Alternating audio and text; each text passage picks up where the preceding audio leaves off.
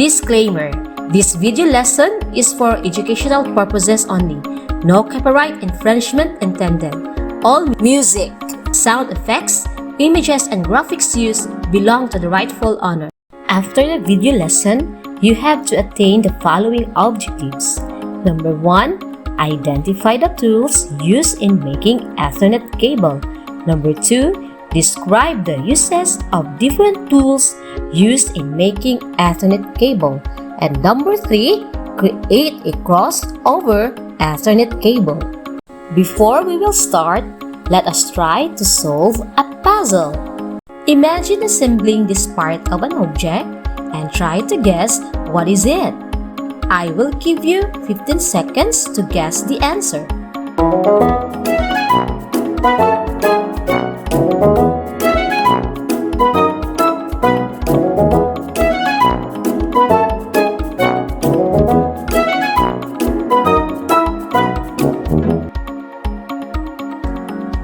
Very good! This picture is a crimper. Wow! Imagine assembling this part of an object and try to guess what is it. I will give you 15 seconds to guess the answer.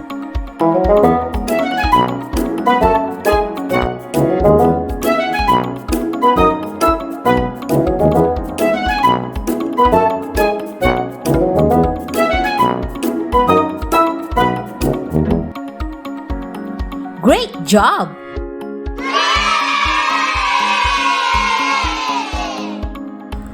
This picture is a land tester.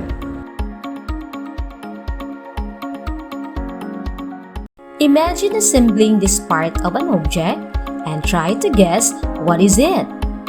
I will give you 15 seconds to guess the answer.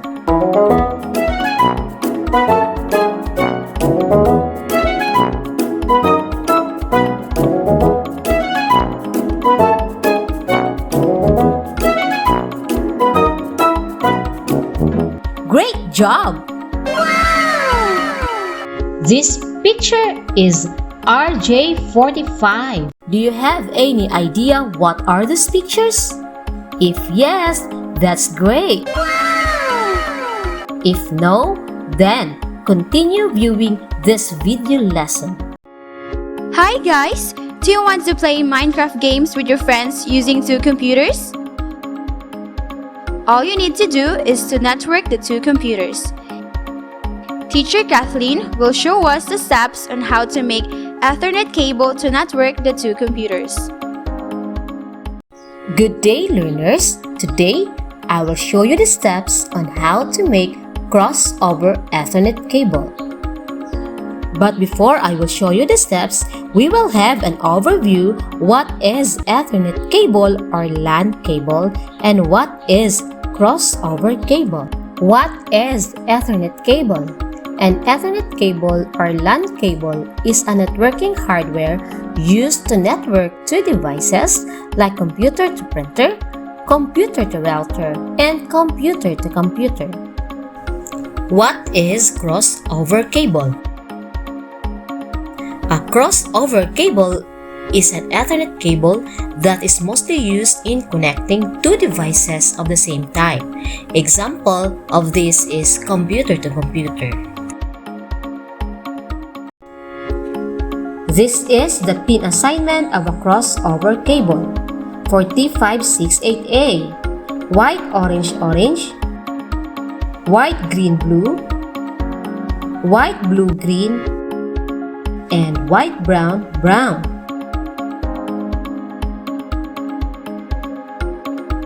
This is the pin assignment 4568B.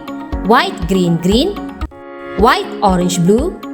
White, blue, orange, brown, brown. Sit back, relax, and observe how I crimp a crossover cable. If you do it yourself, please take extra care.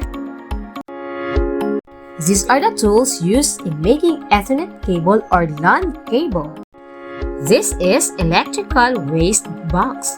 It is where all electrical waste will be placed. Scissors. This is used to cut cable, thread, and wires. This is a crimper. It is used to conjoin the UTP cable and the RJ45 connector to hold each other. This is a wire stripper. It is used to remove the outer jacket of a cable. This is a LAN tester. It is used to test if the cable is properly done and can control the network. This is UTP cable. UTP stands for Unshielded Twisted Pair. It is used in the computer and telecommunication industry as Ethernet cables or LAN cable to transmit signal. Step 1. Cut a needed length of a cable. Add a little extra length just in case mistakes happen. Step 2. Carefully remove the outer jacket of the cable and make sure not to cut the wires inside. Step 3. Check the wires for any cuts and make sure the copper wires are not exposed. If it has cut, you need to perform step number 2 again. Step 4. Make sure to cut the white thread. Step 5. Untwist the pairs of wires and arrange it based on the wiring specification you are following. Step 6. For the first end of the wire, we are using the D568A order. Step 7. Flatten all the wires. Step 8. Cut the wires 1 inch from the base evenly. Step 9. Then insert the wires in the RJ45. Make sure the wires are still in order. Insert the RJ45 to the crimper and squeeze the handle firmly. Once you have completed the crimp, the handle will reset to open position. Once it was crimped, you cannot pull the RJ45. Now it's time to crimp the other end of the UTP cable. This time, we will follow the D568B order. Step 1. Cut a needed length of a cable. Add a little extra length just in case mistakes happen. Step 2. Carefully remove the outer jacket of the cable and make sure not to cut the wires inside. Step 3. Check the wires for any cuts and make sure the copper wires are not exposed. If it has cut, you need to perform step number 2 again. Step 4. Make sure to cut the white thread. Step 5. Untwist the pairs of wires and arrange it based on the wiring specification you are following. Step 6. For the second end of the wire, we are using the D568B order. Step 7. Flatten all the wires. Step 8. Cut the wires 1 inch from the base evenly. Step 9. Then insert the wires in the RJ45. Make sure the wires are still in order. Insert the RJ45 to the crimper and squeeze the handle firmly. Once you have completed the crimp, the handle will reset to open position. Once it was crimped, you cannot pull the RJ45. Now, we will test if the cable is properly done. Make sure to check if there is battery inside.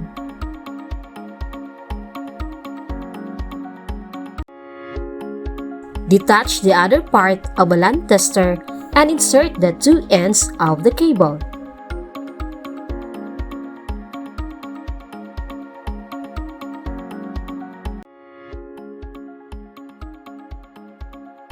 Turn on the power. And we can tell if the cable is properly done if all the lights from numbers 1 to 8 blink.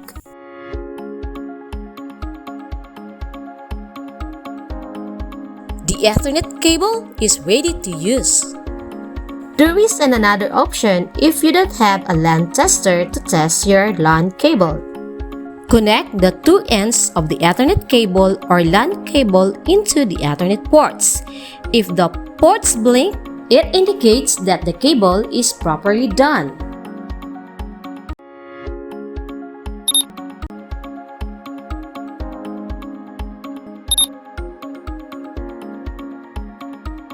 Now let's check! Identify the name of the tools and its uses flash in your screen. Write your answer in your notebook.